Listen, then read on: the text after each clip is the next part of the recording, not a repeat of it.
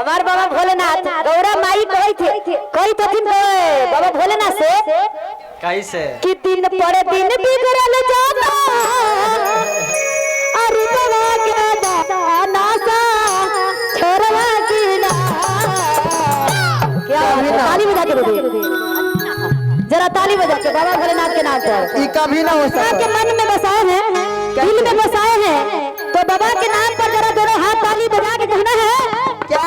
ढोल से कि दिन पर दिन बिगड़ल जाता रुपवा के नासा नासा छोड़वा की ना तोहरे पीपी है भईनी गानल बाता सा नासा छोड़वा की ना तोहरे पीपी है भईनी गानल बाता सा नासा छोड़वा की ना दिन पर दिन बिगड़ल जाता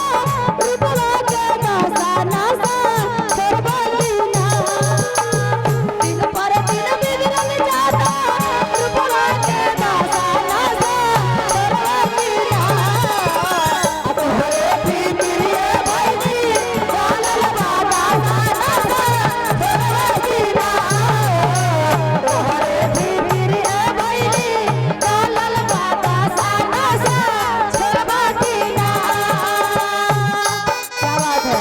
ताली बजाते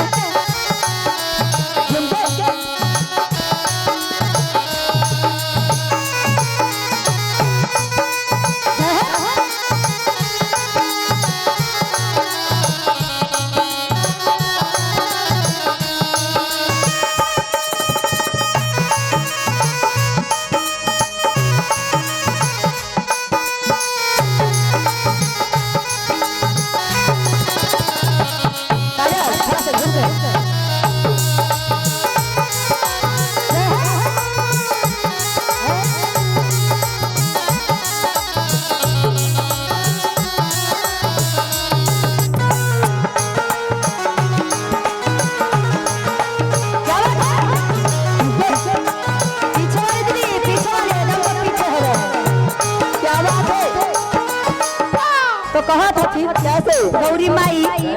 के बाबा तनी छोड़ दी भांग धतुरा बहुत ज्यादा नशा करी था। अच्छा सब